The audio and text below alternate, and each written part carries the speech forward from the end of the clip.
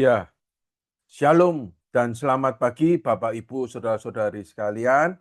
Kembali kita berjumpa di dalam pemahaman Alkitab online Gereja Isa Al-Masih Surabaya.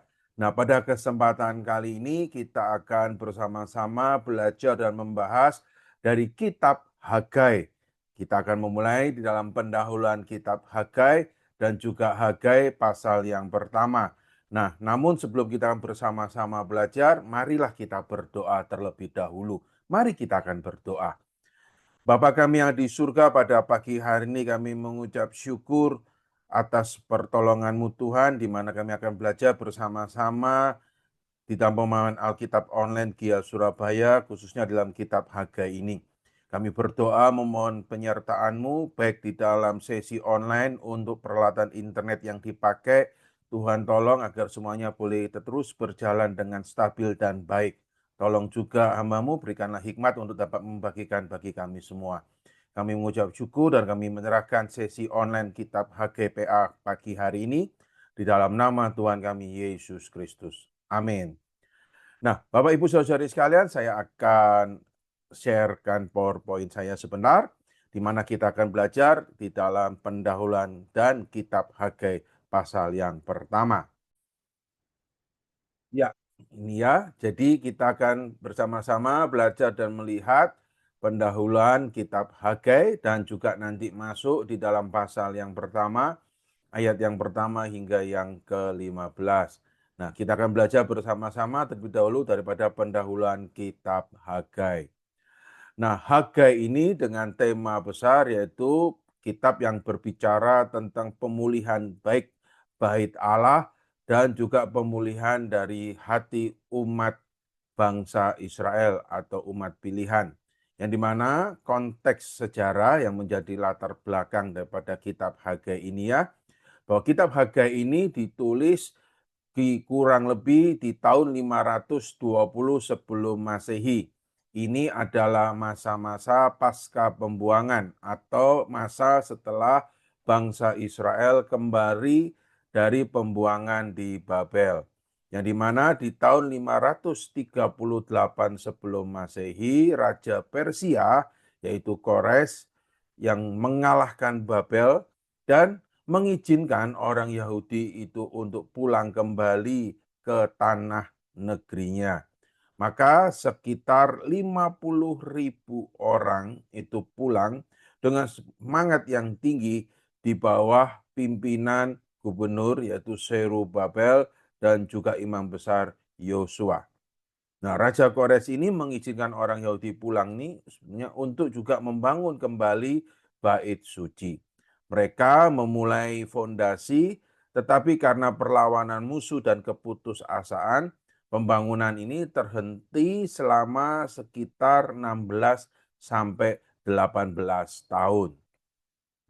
Nah, kondisi bangsa Israel ini ya, di mana rakyat akhirnya menjadi apatis secara rohani, di mana mereka malah sibuk untuk membangun kehidupan dan rumah mereka sendiri, sementara rumah Tuhan yaitu bait suci dibiarkan menjadi reruntuhan atau tidak terselesaikan, di dalam bahasa Surabayanya mangkrak gitu ya.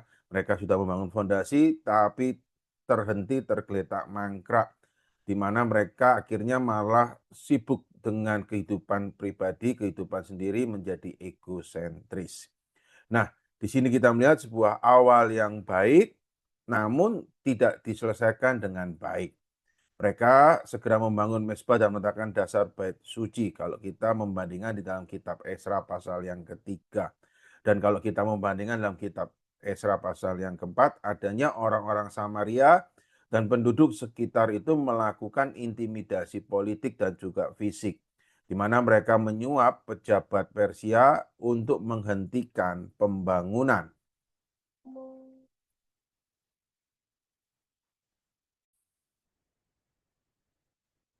Maka ada masa vakum ya di antara 536 sampai 520 sebelum Masehi akibat tekanan eksternal dan memudarnya semangat internal, maka pembangunan terhenti total selama 16 tahun. Nah, selama masa ini rakyat itu mulai merasionalisasi, maksud mereka ya menurut pemahaman mereka sendiri bahwa mungkin memang Tuhan tidak mau bait ini dibangun sekarang, menurut pengertian mereka sendiri.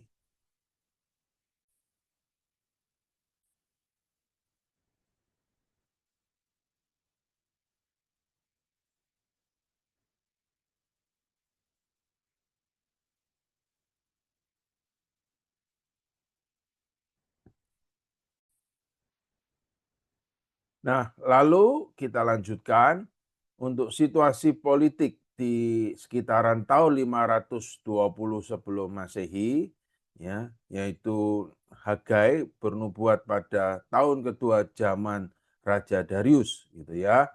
Ya itulah awal dari mana Hagai pasal 1 ayat yang pertama, gitu ya. Jadi zaman Raja Darius atau Darius Histaspes itu baru saja naik tahta setelah kekacauan politik di Persia. Ia dikenal sebagai raja yang sangat terorganisir. Maka kita melihat kekaisaran Persia itu mulai stabil, alasan keadaan tidak aman atau situasi politik sulit yang dipakai rakyat itu sebenarnya sudah tidak relevan. Itu hanya excuse dari rakyat bangsa Israel pada waktu itu ya, menjadi kamuflase dari mungkin kemalasan mereka karena mereka lebih sibuk dengan diri mereka sendiri. Nah, di mana kita melihat bahwa hambatan eksternal itu sesungguhnya sudah minim. Sehingga kini masalah utamanya adalah hati mereka atau hambatan internal. Nah, kitab Hagai gitu ya, penulisnya yaitu Nabi Hagai ya, yang juga bisa diartikan sang pembangun rohani. Nama Hagai itu berarti bisa diartikan secara harfiah pestaku atau meriah. Ya, ini menunjukkan yang mungkin lahir pada hari raya Yahudi. Ya, Hagai disebut sebagai nabi secara spesifik ya di dalam pasal pertama ayat yang pertama. Nah, ia adalah nabi yang sangat praktis dan langsung pada intinya, di mana di dalam penulisannya ia atau Nabi Hagai ini tidak menggunakan bahasa puitis yang rumit, melainkan teguran yang jelas dan perintah kerja. Nah, diperkirakan Nabi Hagai ini melayani bersama dengan juga Nabi Zakaria.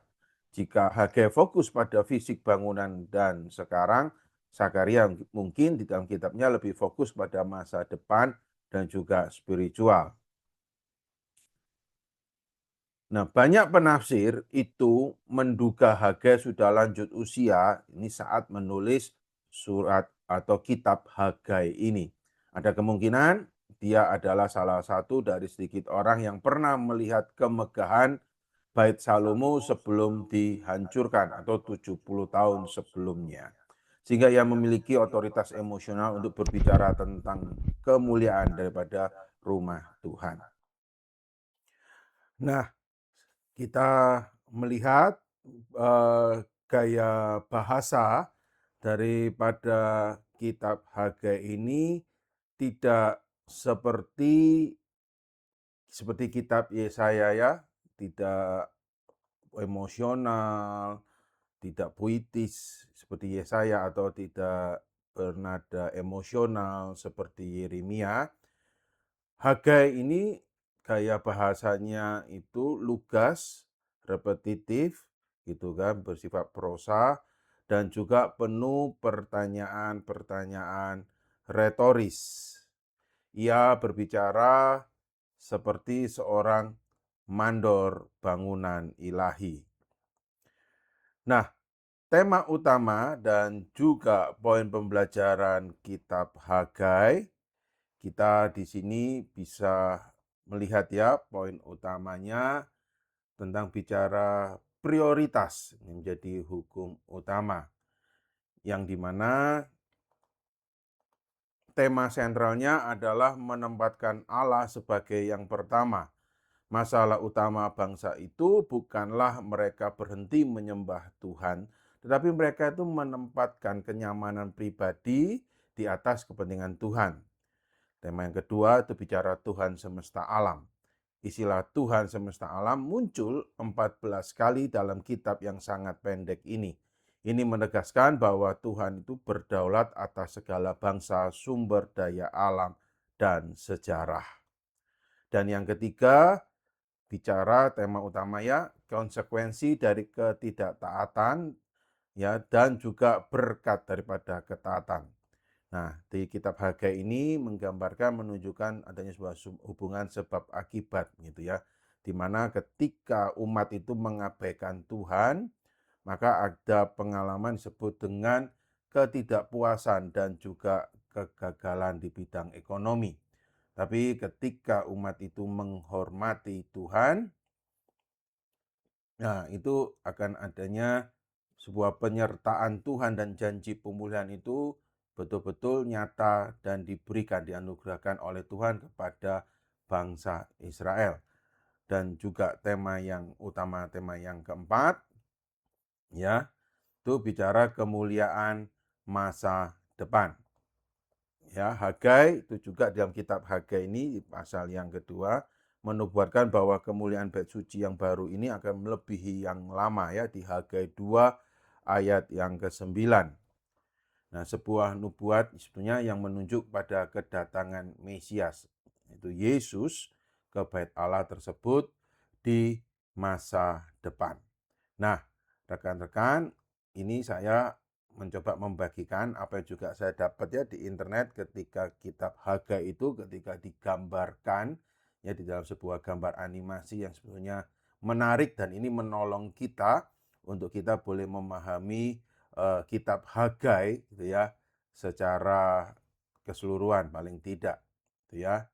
Di mana ini sebelah kiri itu adalah bicara tentang ya pendahuluan pada kitab Hagai. Lalu ada 4 kotak, ini pembagian kitab Hagai pasal yang pertama, bicara tentang tuduhan dan tanggapan.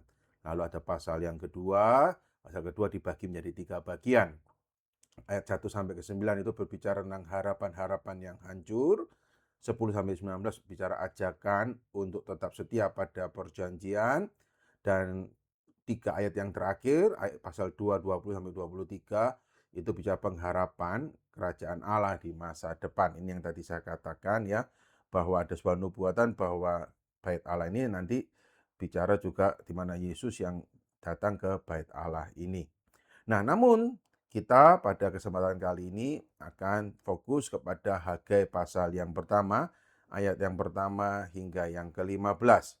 Ya, nah ini adalah ayat Alkitabnya. Saya akan bacakan buat Bapak, Ibu, saudara-saudari sekalian. Itu ya. Hagai pasal yang pertama, ayat yang pertama hingga yang ke-15 berbunyi demikian.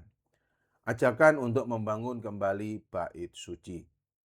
Ayat yang pertama, pada tahun yang kedua zaman Raja Darius dalam bulan yang ke-6, pada hari pertama bulan itu datanglah firman Tuhan dengan perantaraan Nabi Hagai kepada Zerubabel bin Sealtiel, Bupati Yehuda dan kepada Yosua bin Yosadak, Imam Besar. Bunyinya, beginilah firman Tuhan semesta alam. Bangsa ini berkata, sekarang belum tiba waktunya untuk membangun kembali rumah Tuhan. Maka datanglah firman Tuhan dengan perantaraan Nabi Hagai, bunyinya, apakah sudah tiba waktunya bagi kamu untuk mendiami rumah-rumahmu yang dipapani dengan baik, sedang rumah ini tetap menjadi reruntuhan? Oleh sebab itu, beginilah firman Tuhan semesta alam. Perhatikanlah keadaanmu. Ayat yang ke-6, kamu menabur banyak tetapi membawa pulang hasil sedikit. Kamu makan tetapi tidak sampai kenyang. Kamu sebentar, saya ini kok. Ya. Kamu minum tetapi tidak sampai puas. Kamu berpakaian tetapi badanmu tidak sampai panas. Dan orang yang bekerja untuk upah, ia bekerja untuk upah yang ditaruh dalam pundi-pundi yang berlobang. Ayat yang ketujuh, beginilah firman Tuhan semesta alam, perhatikanlah keadaanmu. Jadi naiklah ke gunung, bawalah kayu dan bangunlah rumah itu. maka aku akan berkenan kepadanya dan akan menyatakan kemuliaanku di situ, firman Tuhan. Ayat yang ke-9. Kamu mengharapkan banyak tetapi hasilnya sedikit. Dan ketika kamu membawanya ke rumah, aku menghembuskannya. Oleh karena apa? Demikianlah firman Tuhan semesta alam. Oleh karena rumahku yang tetap menjadi reruntuhan, sedang kamu masing-masing sibuk dengan urusan rumahnya sendiri. Itulah sebabnya langit menahan embunnya dan bumi menahan hasilnya. Dan aku memanggil kekeringan datang ke atas negeri, ke atas gunung-gunung, ke atas gandum, ke atas anggur, ke atas minyak, ke atas segala yang dihasilkan tanah, ke atas manusia dan hewan, dan ke atas segala hasil usaha. Ayat yang ke-12, lalu Zerubabel bin Shealtiel dan Yosua bin Yosadak imam besar dan selebihnya dari bangsa itu mendengarkan suara Tuhan Allah mereka dan juga perkataan Nabi Hagai sesuai dengan apa yang disuruhkan kepadanya oleh Tuhan Allah mereka. Lalu takutlah bangsa itu kepada Tuhan. Maka berkatalah Hagai utusan Tuhan itu menurut pesan Tuhan kepada bangsa itu demikian. Aku ini menyertai kamu. Demikian firman Tuhan. Ayat yang ke-14. Tuhan menggerakkan semangat Zerubabel bin Shealtiel, Bupati Yehuda, dan semangat Yosua bin Yosadak, imam besar, dan semangat selebihnya dari bangsa itu. Maka datanglah mereka lalu melakukan pekerjaan pembangunan rumah Tuhan semesta alam Allah mereka. Ayat yang ke-15, pada hari yang ke-24 dalam bulan yang ke-6 pada tahun yang kedua zaman Raja Darius. Nah, sampai di situ pembacaan firman Tuhan kita. Nah, maka mari rekan-rekan sekarang kita melihat lebih dalam ya di dalam ayat per ayat. Kita melihat sekarang untuk ayat 1 sampai ke 4 saya coba berikan sub tema itu ya, teguran atas sebuah prioritas yang salah. Nah, istilah papan ya di dalam ayat yang tadi kita baca itu menunjukkan bicara kemewahan ya, kayu yang dimana mungkin seperti kayu aras yang diimpor gitu ya, yang menjadi sebuah bahan daripada rumah mereka. Nah, mereka ini tidak hanya sekedar membangun tempat berteduh, mereka itu mungkin membangun rumah mereka sendiri dengan baik, dengan mewah, sementara rumah Tuhan itu terbengkalai dan dibiarkan mangkrak atau mungkin dalam istilahnya dibiarkan hancur. Sebuah kontras gitu ya, di mana sesungguhnya Tuhan itu tidak melarang kita atau umatnya itu memiliki rumah yang baik atau bahkan rumah bagus. Tetapi Tuhan itu menentang ketika seseorang itu hanya mementingkan dan mengejar kemewahan pribadi sementara membiarkan panggilan ilahi dan bahkan mengorbankan sebuah panggilan ilahi. Yang dimana pasal 1 ini menjadi gambaran sebuah diagnosa ilahi terhadap sebuah penyakit rohani umat Israel. Ya. Nah, di ayat yang kedua itu dikatakan bangsa ini berkata belum tiba waktunya. Nah, perhatikan bahwa Tuhan itu menyebut mereka bangsa ini bukan umatku. Di mana ini ada sebuah nada, ada sebuah jarak. Tidak lagi sebuah kedekatan, tapi sebuah jarak dan sebuah nada kekecewaan. Mereka, di dalam ayat ini ya, kita melihat bahwa mereka itu tidak berkata, kami tidak mau membangun. Tetapi mereka berkata, belum waktunya.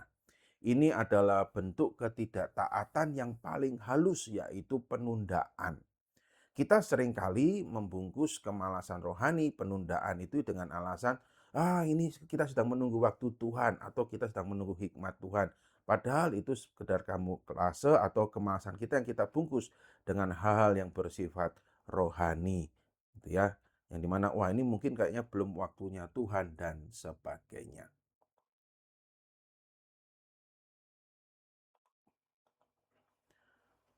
Nah, lalu kita lanjut di dalam ayat 3 sampai yang keempat, itu mendiami rumah-rumahmu yang dipapani dengan baik, ya.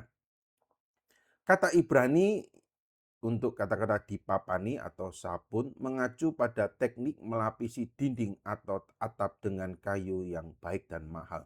Ya, kemungkinan penafsir menganggap ini adalah kayu aras yang diimpor.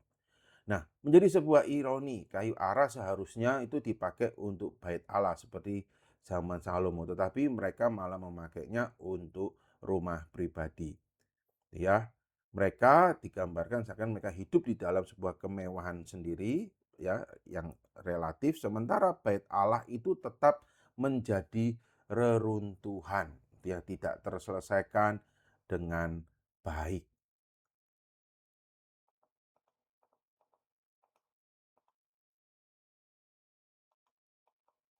Nah, maka kita melihat lanjutnya di ayat yang kelima sampai yang ketujuh itu menjadi sebuah ajakan mengintrospeksi, perhatikanlah keadaanmu.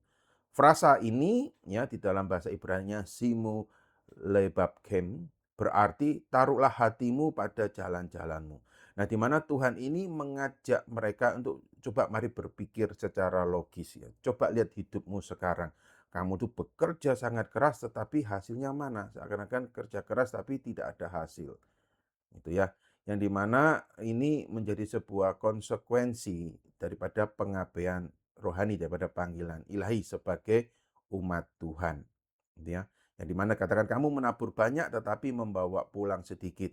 Ya, dan bahkan upahmu seakan-akan ditaruh dalam pundi-pundi yang berlubang. Artinya bahwa mereka hasilnya itu tidak pernah ada kelihatan ya, pundinya lubang. Artinya ya tidak tersimpan begitu. Itu menjadi sebuah gambaran retorika. Yang dimana Tuhan itu menjelaskan bahwa kesulitan ekonomi yang mereka alami, kekeringan, gagal panen, dan seakan-akan kerja keras tapi kok hasilnya tidak ada, hasil sedikit gitu kan. Itu bukanlah sekedar bicara kebetulan alam, melainkan merupakan sebuah tindakan disiplin daripada Allah. Yang dimana Tuhan itu meniup hasil kerja mereka. Ya, karena apa? Karena prioritas mereka salah. Nah, maka Tuhan mengajak mereka melakukan, ya bisa istilah yang saya pakai adalah audit kehidupan mereka melalui frasa kunci. Perhatikanlah keadaanmu.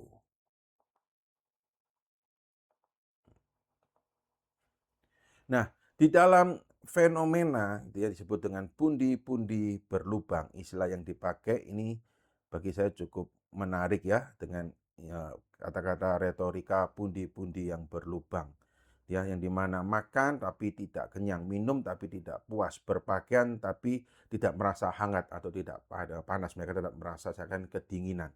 Ini adalah sebuah gambaran gitu ya, hukuman pengembalian yang semakin berkurang atau disebut dengan law of diminishing returns. Semakin keras mereka mengejar kepuasan duniawi tanpa Tuhan, maka semakin kepuasan itu lari daripada mereka. Nah, ini coba saya gambarkan karena menarik ya, bahwa sungguhnya bahwa Tuhan itu sebagai penyebab kegagalan-kegagalan yang mereka alami. Oleh karena apa? Dia di dalam ayat 9 sampai dengan 11 itu jawabannya. Oleh karena rumah Tuhan itu mereka abaikan. Mereka lebih mementingkan diri mereka sendiri, tapi mereka mengabaikan prioritas ilahi.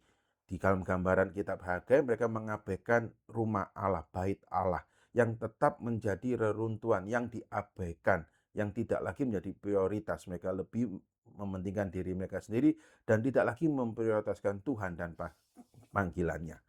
Nah, ini adalah bagian yang paling mengejutkan. Ya.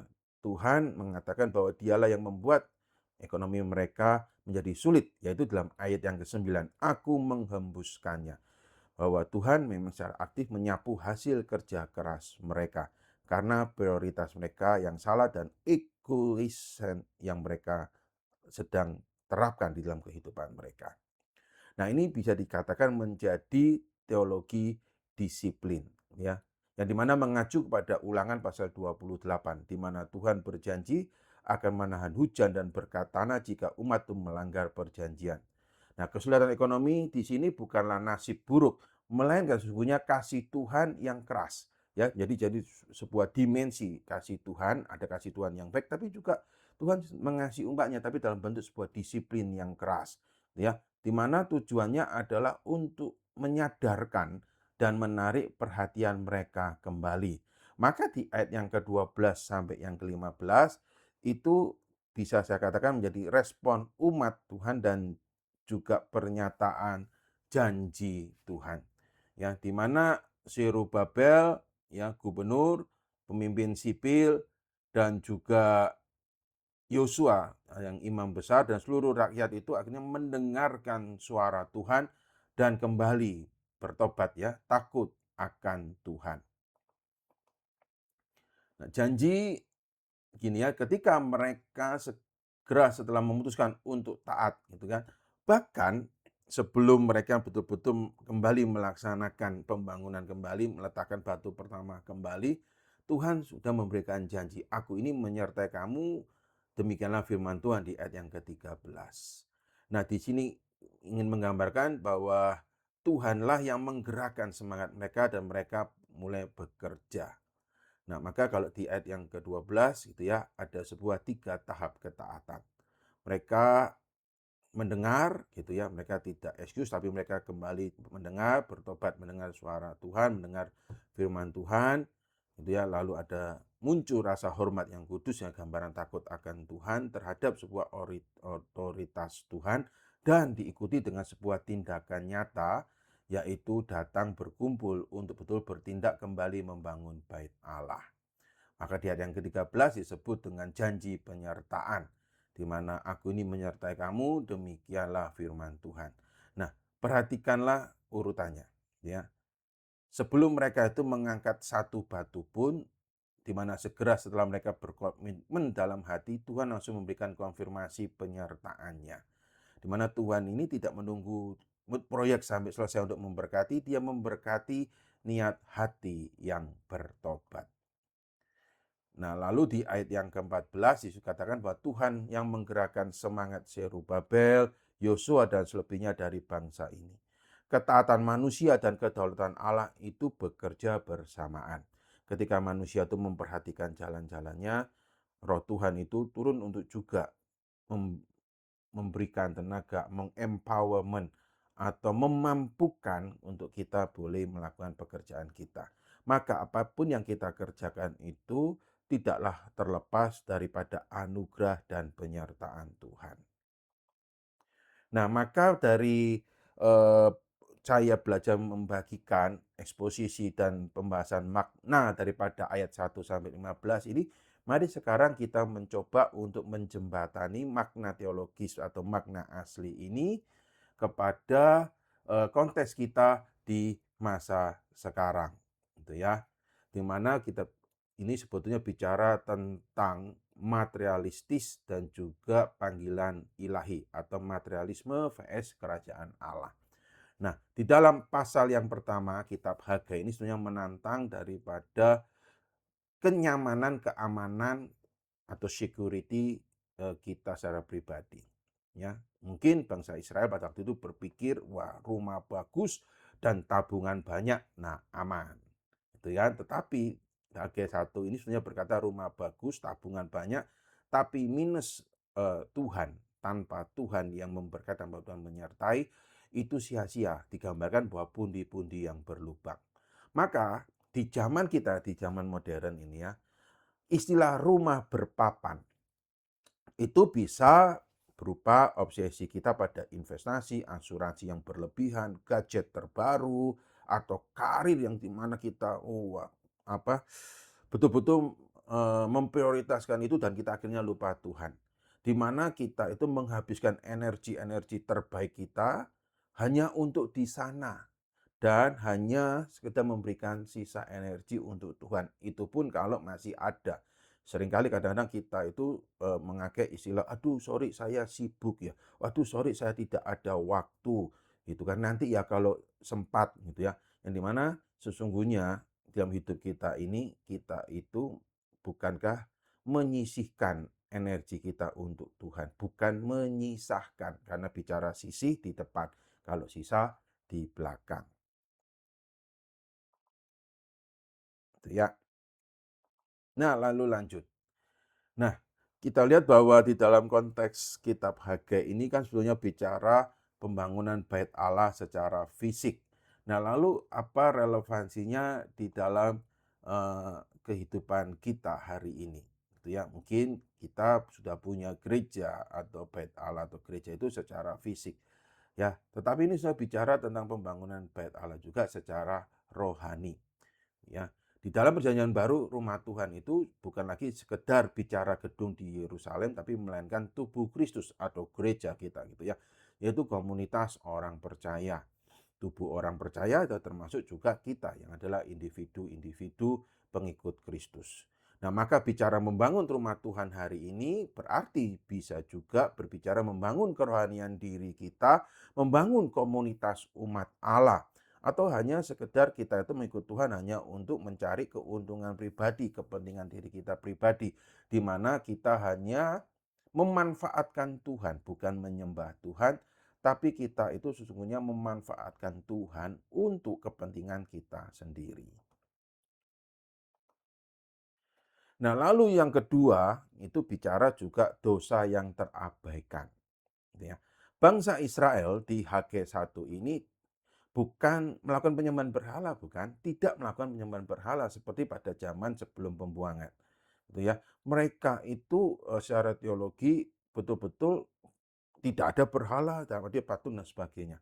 Tapi dosa ini bukanlah apa yang mereka lakukan, melainkan apa yang tidak mereka lakukan, yaitu mengabaikan rumah Tuhan. Nah, di dalam konteks kita hari ini, kita bisa saja secara fisik itu rajin ke gereja dan tidak berbuat jahat. Namun, kita ini pasif. Kita hanya sekedar ke gereja ini hanya untuk kayaknya seperti transaksional, menganggap bahwa Tuhan itu seperti orang tua yang tua, bodoh, gemuk, duduk di kursi yang kita bisa kelabui. Tuhan, aku datang ya ke gereja ya, maka Tuhan harus berkati aku ya. Kita hanya sekedar pasif ke rumah Tuhan, hanya sekedar setor muka dan hanya sekedar aktivitas tanpa pemaknaan. Kita pasif juga terhadap panggilan pelayanan, panggilan misi Tuhan gitu kan, dan akhirnya membiarkan pelayanan terbengkalai dan mengatakan, oh itu kan tugas pendeta, itu tugas itu bukan saya, itu tugas mereka. Akhirnya kita hanya sekedar sibuk dengan kehidupan kita, memperkaya diri sendiri, dan kita lupa akan panggilan ilahi di dalam kehidupan kita. Nah, dengan juga bicara teologi ya dari makna pundi-pundi yang berlubang. Nah, melalui kitab Hagai ini sebenarnya kita mengajarkan prinsip bahwa sesungguhnya berkat materi itu tidak terpisah dari kondisi kedewasaan rohani. Bukan berarti saya tidak mengatakan bahwa ikut Tuhan itu pasti kaya. Tetapi sebetulnya kitab Hagai ini sedang mengajarkan hidup seperti dalam kitab Yakobus, bukan?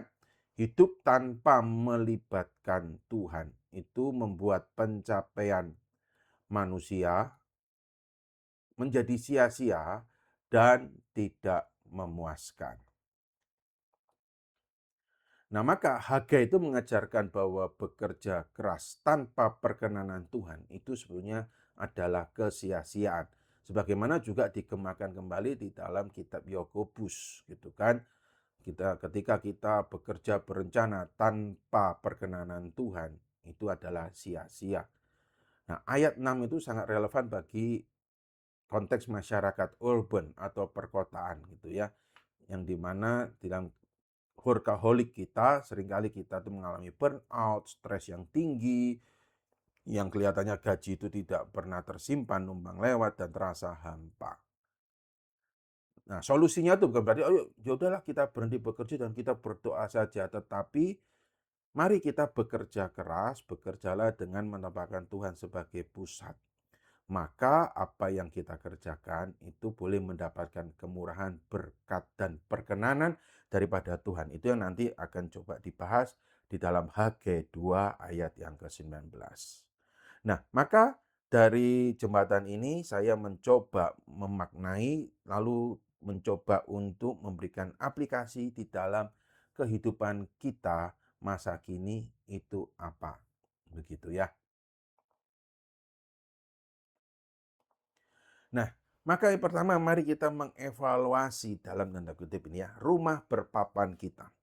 Apakah kita selama ini itu sibuk ya mengejar, mempercantik karir kita, mementingkan karir kita, hobi atau mungkin kenyamanan hidup kita sendiri, ibaratnya rumah berpapan kita. Sementara pelayanan, waktu doa, keterlibatan kita di gereja itu kita abaikan, kita terbengkalai.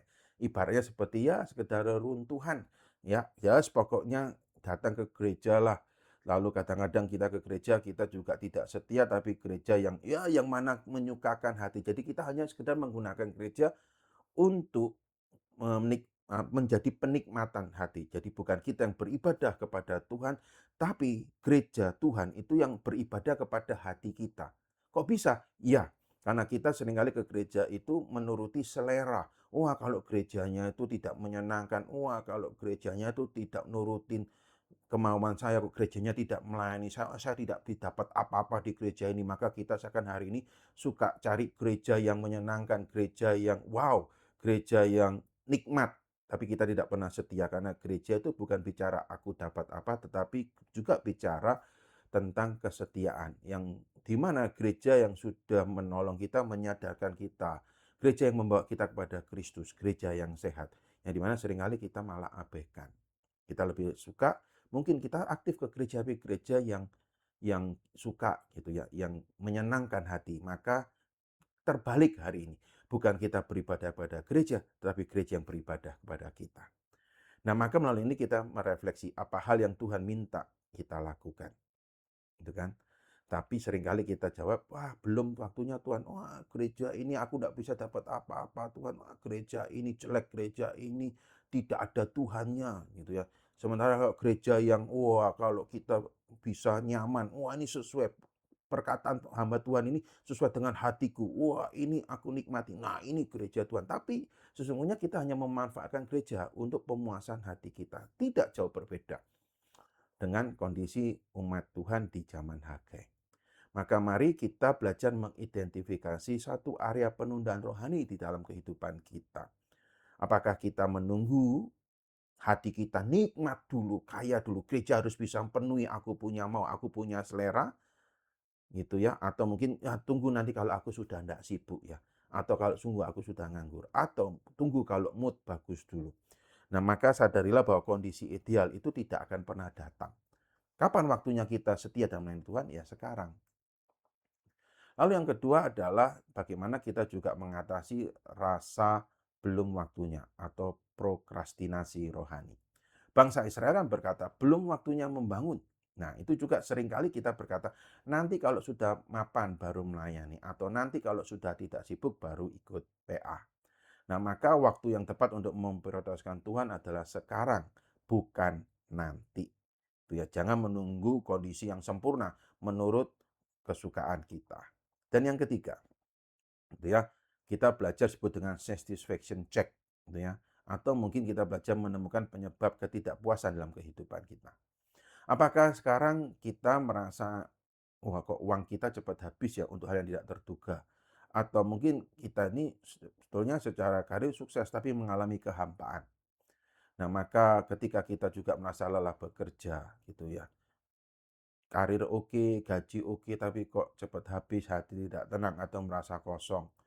Nah, maka seperti ayat yang kelima, perhatikanlah keadaan kita. Mungkin kita sedang menduakan prioritas rohani. Ada sebuah prioritas rohani yang sedang kita abaikan. Maka melalui kitab Hagai ini kita juga diserukan kembalilah pada Tuhan dan bukanlah mengejar kenikmatan hati kita. Dan yang keempat, bicara prinsip ketaatan dan juga semangat, ya. Nah, seringkali kan kita berkata, Tuhan beri aku semangat ya, nanti aku baru melayani. Tuhan berikan aku ini. Dia seringkali kita seakan-akan mencoba bernegosiasi dan bertransaksi dengan Tuhan. Nah, Hagai ini mengajarkan sebenarnya sebaliknya. Belajarlah mulai melangkah, bukan bernegosiasi, berexcuse gitu ya, tapi belajarlah taat. Itu kan? Dan Tuhan akan memampukan kita menggerakkan ketaatan dan semangat itu.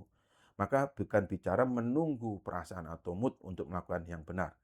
Itu kan? Tapi ambillah sekarang komitmen pelayanan setia kepada gereja yang Tuhan anugerahkan, bukan pada gereja yang menyenangkan. Nah, maka kesimpulan ya, intisari kitab Hagai. Nah, kitab ini adalah panggilan untuk mengatur ulang prioritas. Tuhan tidak meminta sisa-sisa waktu dan tenaga kita. Dia menginginkan yang terutama ketika umat Allah menempatkan dia sebagai pusat kehidupan, di mana dia juga menjanjikan penyertaan yang memulihkan. Dan di dalam Hagai pasal yang pertama ini juga belajar tentang sebuah panggilan untuk meriset prioritas atau menata ulang prioritas. Hagai pasal yang pertama mengajarkan bahwa ketidakpedulian terhadap pekerjaan Tuhan itu seringkali menjadi akar dari ketidakpuasan hidup kita. Ketaatan tidak dimulai dengan perasaan, tetapi dengan keputusan untuk naik ke gunung dan membawa kayu, atau ada sebuah action tindakan nyata. Saat kita bergerak mendekat kepada Tuhan, Dia akan menyambut dengan sukacita dan dengan janjinya penyertaan yang tiada akhir. Nah, maka dari pasal yang satu ini mengajarkan bahwa menempatkan kenyamanan pribadi di atas kepentingan Tuhan adalah resep untuk kehidupan yang sia-sia dan tidak memuaskan. Namun sebaliknya, ketika kita betul-betul belajar mencari dahulu kerajaan Allah, memang bukan berarti kita akan bebas masalah, tetapi kita akan mendapatkan janji yang terbesar, dan iya dan amin adalah penyertaan Tuhan. Maka pesan akhir daripada kitab Hagai 1 ini, ingat ya, Tuhan tidak membutuhkan gedung bait suci yang megah karena Dia pemilik semesta. Yang Tuhan inginkan adalah hati yang menempatkan Dia sebagai yang terutama.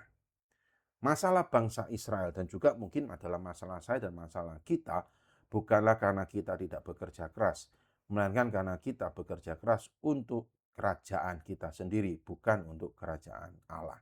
Maka Hagai, melalui kitab Hagai ini mengajak kita itu untuk, dan tanda kutip ya, turun dari tangga kesuksesan diri kita sejenak, memeriksa fondasi hidup kita, dan mungkin mulai meriset prioritas, mulai mengangkut batu untuk membangun sesuatu yang abadi, membangun prioritas kehidupan kita. Ini yang menjadi sebuah pertanyaan refleksi, menjadi akhir daripada pemahaman Alkitab kita pada pagi hari ini. Bicara tentang penundaan. Maka mari kita kembali merefleksi.